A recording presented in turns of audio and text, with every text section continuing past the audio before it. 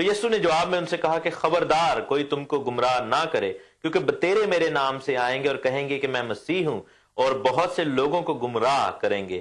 تم لڑائیاں اور لڑائیوں کی افواہ سنو گے، اور خبردار گھبرا نہ جانا، کیونکہ ان باتوں کا واقع ہونا ضرور ہے، لیکن اس وقت خاتمہ نہ ہوگا، کیونکہ قوم پر قوم اور سلطنت پر سلطنت چڑھائی کرے گی، اور جگہ جگہ کال پڑیں گے اور بھونچال آئیں گے، یعنی زلزلے آئیں گے۔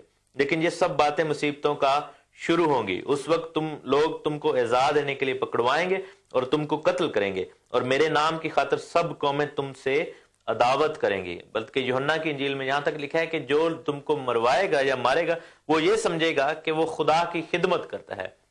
وہاں پر حق تعالیٰ کی بات نہیں، بلکہ وہ اپنے خدا کے بارے میں کہ وہ یہ سمجھے گا کہ شاید وہ خدا کی خدمت کر رہا ہے۔ اور پھر لکھا ہے کہ بتیرے ٹھوکر کھائیں گے اور ایک دوسرے کو پکڑوائیں گے اور ایک دوسرے سے عداوت رکھیں گے۔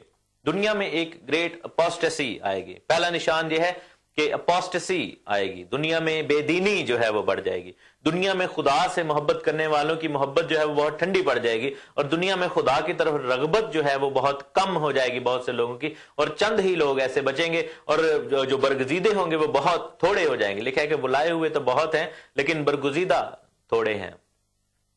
ایک چیز آپ کو بتاتا چلوں کہ یہ جو سائنس ہیں، یہ جو سارے نشانات ہیں، یہ انٹر ریلیٹڈ ہیں، کیونکہ ایک نشان جو ہے وہ دوسرے کو ٹریگر کر رہا ہے۔ جیسے فار ایگزامپل بے دینی کیسے بڑھے گی؟ اس کا وجہ یہ ہے کہ دنیا میں فائنینشیل کرائسس ہوگا، دنیا میں بھوک افلاس زیادہ ہو جائے گی، دنیا میں جو فائنینشیل انسیکیورٹی ہو جائے گی، جس کی وجہ سے انسان جو کہ خاص طور پر بال بچے دار لوگ ہیں، جو فیملیوں والے ہیں، ان کی جو یعنی ابلیس ایسے حالات جو ہے وہ دنیا میں لے کر آئے گا اور پیدا کرے گا کہ لوگ جو ہیں وہ اپنے گھرانوں اور اپنے جو روزمرہ زندگی کے چکر میں اس سرکل میں ایسے پھنس جائیں گے کہ خداوند سے دور ہو جائیں گے۔ سو یہ جو نشانات ہیں وہ ایک دوسرے سے انٹر ریلیٹڈ ہیں۔ میرے ساتھ ایک اور کالر بھی شامل ہیں۔ ہیلو ہلو جی سر۔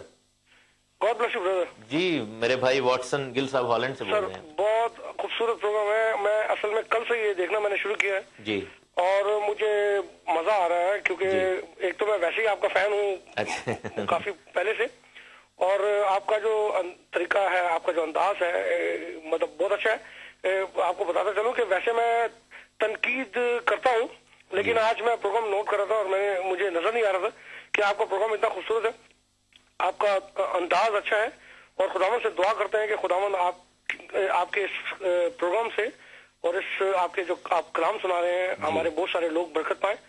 پلیز ہماری کمیونٹی کے لیے، میرے لیے، ہم سب کے لیے دعا کریں۔ God bless you. Thank you very much.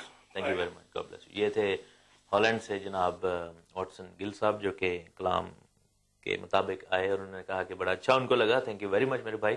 عموماً یہی دیکھنے میں آیا ہے کہ جب ہم آخری زمانے کی باتیں کریں یا کلام سنائیں جس میں قیامت کی بات ہو یا جنت جہنم کی بات ہو یا سزا اور جزا کی بات ہو، تو لوگ پسند نہیں کرتے اور لوگ ڈر جاتے ہیں۔ لیکن میرے عزیزو، ایک انکشاف کی بات آپ کو بتاؤں، شاید کچھ لوگ نہ جانتے ہوں لیکن بہت سے لوگ جانتے ہوں گے کہ اس بائبل مقدس میں جو کہ 66 کتابوں پر مشتمل ہے، جو کہ 66 حصوں پر مشتمل ہے، اگر اس کو دیکھا جائے تو سب سے زیادہ جو قیامت کی، سب سے زیادہ سزا کی، سب سے زیادہ عدالت کی جو باتیں جس شخص نے کی ہیں، جس پرسن نے کی ہیں، وہ خود خداوند یسوع مسیح ہمارے نجات دہندہ ہیں۔ حالانکہ ہم سب جانتے ہیں کہ وہ نجات کا پیغام لے کر، محبت کا پیغام لے کر آئے، لیکن ایٹ دا سیم ٹائم جب وہ فضل کی بات کر رہے تھے، جب وہ محبت کی بات کر رہے تھے، جب وہ نجات کی بات کر رہے تھے، تو وہ ساتھ ساتھ جو ہے وہ آگاہی بھی دے رہے تھے، ساتھ ساتھ وہ تنبیہ بھی کر رہے تھے، ساتھ ساتھ وہ لوگوں کو خبردار بھی کر رہے تھے کہ جہنم میں نہ چلے جانا۔ کیونکہ ہر تمثیل کا آپ دیکھیں کہ بہت سی تمثیلیں ہیں، اور موسٹ آف دیم جو تمثیلیں ہیں ان کا اختتام یہی ہوتا ہے کہ ان کا انجام وہاں ہوگا جہاں رونا اور دانتوں کا پیسنا ہوگا۔